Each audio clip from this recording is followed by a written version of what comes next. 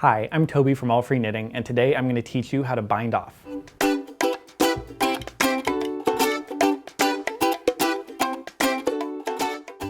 So to do a simple bind off, all you're going to do is once you've reached the last row of your swatch, for this example I've done 8 rows, all you'll do is knit the first 2 stitches of this row.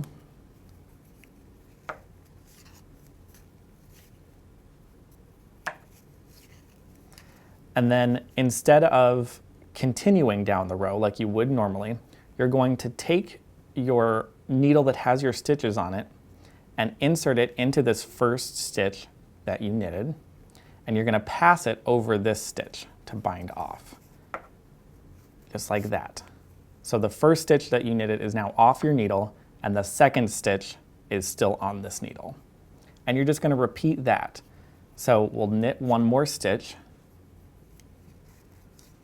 So now we have 2 knit stitches on our working needle, and we'll insert our other needle into this first stitch and pass it over very slowly. Now, one thing that often happens when you're binding off is one of your stitches will fall off of your needle.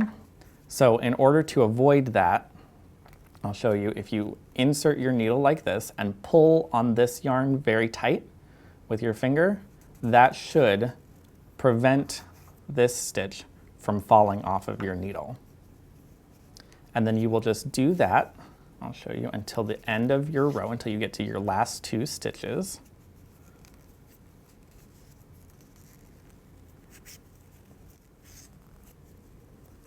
Okay, now that I've got my last 2 stitches on my working needle, to finish the bind off, you'll take your other needle, insert it into this first stitch, just like you've been doing for the rest of your row, tighten the stitch, pass it over, and then you can just set this needle down.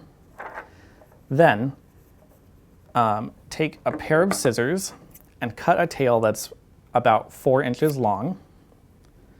And instead of bringing the yarn this way, which will undo your stitch, you're just going to take your needle, lift it up, and pull it through, and you've bound off your stitches. If you enjoyed this video, be sure to check out the other ones in this playlist for our free knitting class.